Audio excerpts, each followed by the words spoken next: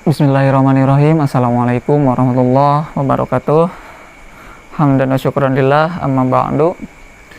Saya Imam Faruk, mahasiswa IAIN Syekh Nurjati Cirebon, Fakultas Usuluddin Adab dan Dakwah, jurusan Ilmu Al-Quran dan Tafsir semester 5. Bertepatan pada kali ini, saya akan sedikit memaparkan tentang karyanya salah satu kitab Imam Malik yang berjudulkan Kitab Al-Muwatta. Kitab Al-Muwatta ini merupakan salah satu kitab dari Kutubut Tis'ah, dan kitab ini merupakan kumpulan kitab hadis yang pengumpulannya berdasarkan hukum fikih, dan sebagai pengganti adalah Sunan Al-Damiri. Kitab ini pula merupakan kitab tertua di bidang hadis yang disusun berdasarkan klasifikasi hukum fikih dan ulama. Langsung saja masuk ke biografi Imam Malik.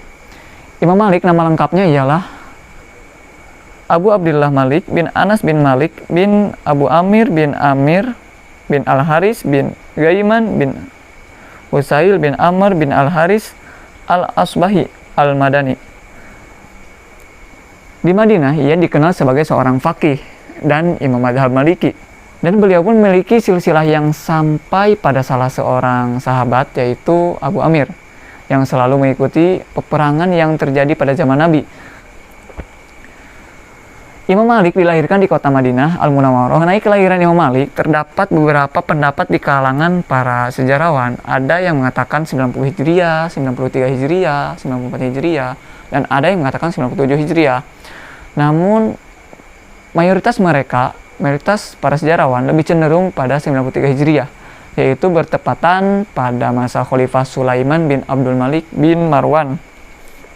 Tentang kewafatan beliau juga terdapat beberapa pendapat, tapi pendapat yang banyak diikuti oleh para sejarawan adalah pendapat yang dikemukakan oleh Qadhi Abu Fadil Al-Iyad, yang menyatakan bahwa Imam Malik meninggal pada hari Ahad tanggal 12 Rabiul Awal tahun 179 Hijriah. Dalam usia beliau 87 tahun, setelah 1 bulan menderita sakit dan dikebumikan di kuburan Baqi. Namun sebelum ia meninggal, ia sempat berwasiat untuk dikafani dengan kain kafan berwarna putih dan disolatkan di tempat di mana ia meninggal. Adapun latar belakang dan penamaan Kitab Al-Muwatta, ini terdapat beberapa versi faktor yang melatar belakangi penyusun Kitab Al-Muwatta di kalangan para ulama, yang mengatakan bahwa latar belakang penyusunan Al-Muwatta adalah adanya usulan Muhammad bin Muqaffa kepada Khalifah Ja'far Al-Mansur untuk membuat semacam peraturan atau undang-undang yang menjadi penengah dan dapat diterima oleh semua kalangan, karena Muhammad bin Muqaffa sangat prihatin terhadap adanya perbedaan fatwa dan pertentangan yang berkembang pada saat itu. Khalifah Ja'far Mansur kemudian meminta Imam Malik untuk menyusun kitab hukum sebagai kitab standar bagi seluruh wilayah Islam. Namun di samping itu, terinisiatif oleh usulan Abu Ja'far sendiri, Khalifah Abu Ja'far, sebenarnya Imam Malik juga mempunyai keinginan kuat untuk menyusun kitab yang dapat memudahkan umat Islam dalam memahami agama. Mengenai penamaan Kitab Al-Muwatta, yaitu berasal dari Imam Malik sendiri. Hanya saja ulama berbeda pendapat tentang mengapa kitab tersebut dinamakan Al-Muwatta. Kemudian muncullah beberapa pendapat, yang diantaranya adalah pendapat pertama, sebelum kitab tersebut disebarluaskan, Imam Malik telah melakukan sosialisasi dengan menyodorkan karyanya tersebut di hadapan 70 ulama fikih Madinah, dan mereka menyepakatinya. Adapun pendapat yang kedua, penamaan Kitab Al-Muwatta tersebut adalah karena kitab tersebut memudahkan halayak umat Islam dalam memilih dan menjadi pegangan hidup dalam beraktivitas dan beragama. Adapun pendapat ketiga, pendapat yang menyatakan bahwa penamaan Al-Muwatta ini karena Kitab Al-Muwatta merupakan perbaikan terhadap kitab-kitab fikih sebelumnya. Adapun poin selanjutnya yaitu isi dari Kitab Al-Muwatta. Kitab Al-Muwatta ini menghimpun hadis-hadis Nabi, baik yang bersambung sanadnya maupun yang tidak bersambung sanadnya. Qaul sahabat, entah itu qaul sahabat, qaul tabi'in, ijma' ahlul Madinah, dan pendapat Imam Malik sendiri. Namun para ulama di sini berbeda pendapat tentang jumlah hadis yang terdapat dalam kitab hadis Al-Muwatta ini. Namun yang seperti kita ketahui bahwa Imam Malik itu sudah hafal hadis itu sekitaran 100.000 hadis.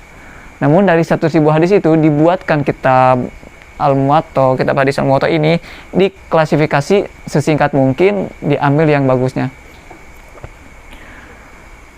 Nah, namun karena perbedaan pendapat ini terjadi karena perbedaan sumber periwayatan di satu sisi dan perbedaan cara penghitungan. Ada perbedaan pendapat yang berkembang ketika dihadapkan pada pertanyaan, apakah kitab Al-Muwatta adalah kitab fikih, kitab hadis, atau kitab fikih sekaligus hadis.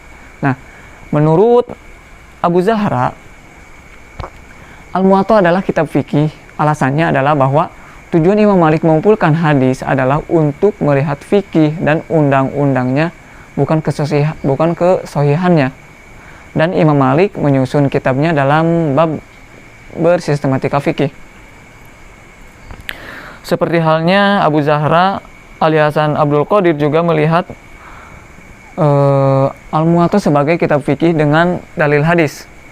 Ya, hadis semualah, berdalilkan hadis. Tradisi yang dipakai adalah tradisi kitab fikih yang seringkali hanya menyebut sebagian sanad atau bahkan tidak menyebut sanadnya sama sekali, karena untuk memudahkan dan demi kepraktisannya. Poin terakhir yang akan saya sampaikan yaitu tentang metode penyusunan kitab Al-Muwatta.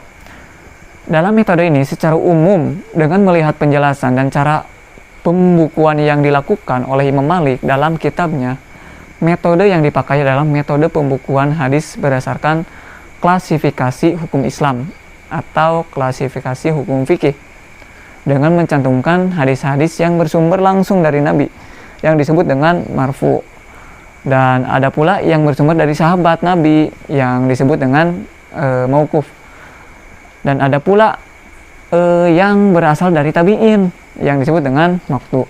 Nah, Imam Malik juga menggunakan tahapan-tahapan yang berupa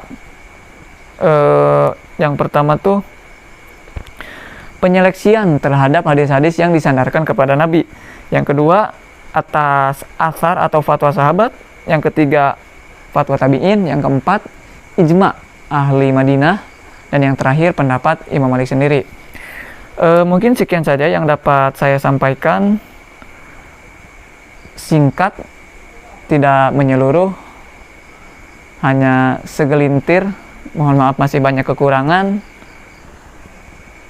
Sekian dari saya. Mohon maaf atas masih banyak kekurangannya. Wabillahi taufiq wal hidayah. Wassalamualaikum warahmatullahi wabarakatuh.